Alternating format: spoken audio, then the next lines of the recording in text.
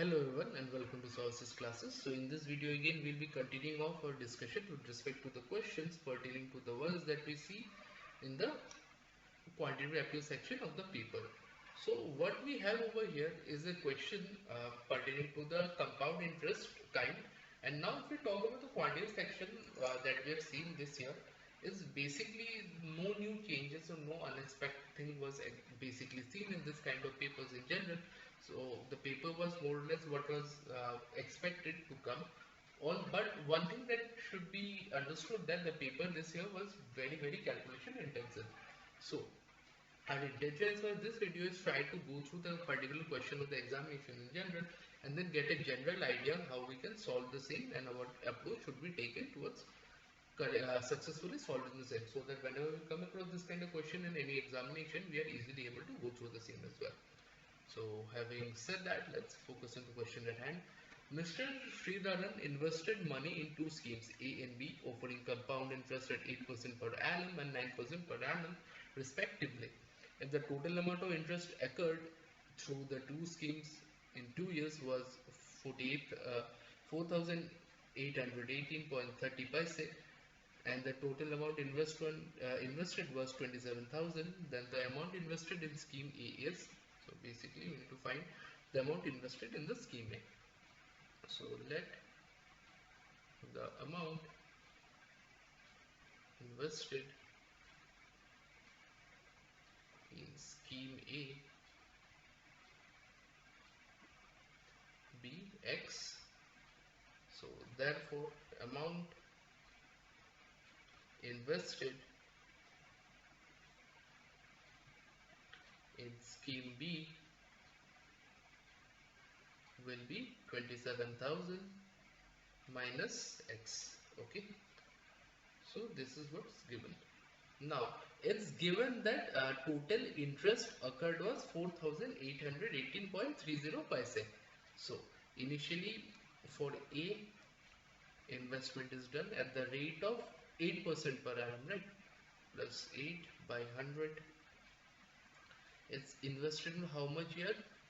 2 year. Okay, 2 year plus 27000 minus X 1 plus 9% per annum, 9 by 100 whole square equal to 4818.30.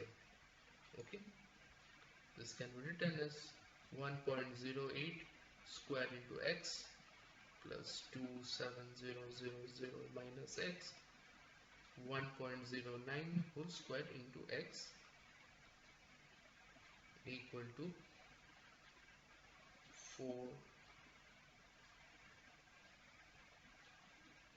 8. Okay guys, my bad. So one more term will be added. It's talking about interest, right? So interest occurred would simply be compound interest minus the principal. So principal would be, again we have another term. Okay, 27,000. This will be equal to 4818.30. Yes, now this one makes sense. So now this one will be 4818.30 plus 27,000. Okay, so if we further solve this, this will be 1.1664x plus 3207.7 minus 1.1881x equal to 31818.30. We take the same, this is come out with 0.0217x equal to 31818.30 minus, okay, this and this, and the minus cancel, so minus sign here, minus 3207.8.7. this will further give us minus 260.4. So therefore this minus and this minus gets cancelled, so X would come out to be 260.4 by 0.0217. You will say it will come out to be around 12,000. So So therefore amount invested in A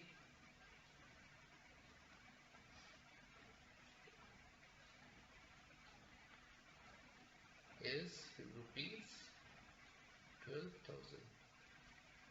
Option 3 is the correct answer. So I hope this is clear to you how we came out solving the same. It was nothing but simple question of compound interest, and we simply use the formula of the same to successfully solve the same. So in case you're having any kind of doubt with respect to the question in general, I suggest you go through the entire video multiple times so that you can get a clear idea on how we went about solving the same, and then go through them as many times as you feel comfortable enough that you have understood the concept pertaining to the video, and then subsequently try and solve the question on your own, keeping the video as a reference. So if you are looking to get yourself the entire solution of the paper, be it both verbal, quantitative aptitude and the logical reasoning section as well, I suggest you look us up with the contact details provided in the description section of the video. You can mail us, you can visit our website or call, text or WhatsApp us, and the details pertaining to the details and mediums pertaining to the same are provided in the description column of the video as well. So lastly, I'd say that again, in case you are having any difficulty with respect to your preparations, or if you want a detailed, complete solution of the paper, you can actually look us up and contact us, and we'll definitely be more than happy to guide you through your preparation and provide you with the detailed solution and the classroom program for your preparation of the examinations as well. So having said all of that, in case you like the video, make sure you like, share and subscribe to the channel so that we can keep coming up with relevant content such as this further down the line as well. We will be continuing our discussion with respect to the questions similar to this sort in the subsequent video, where we will be taking a look into the logical reasoning quants and the VRC section in general. So with all that said and done, I'll wind up the video. So I'm signing out. Thank you so much.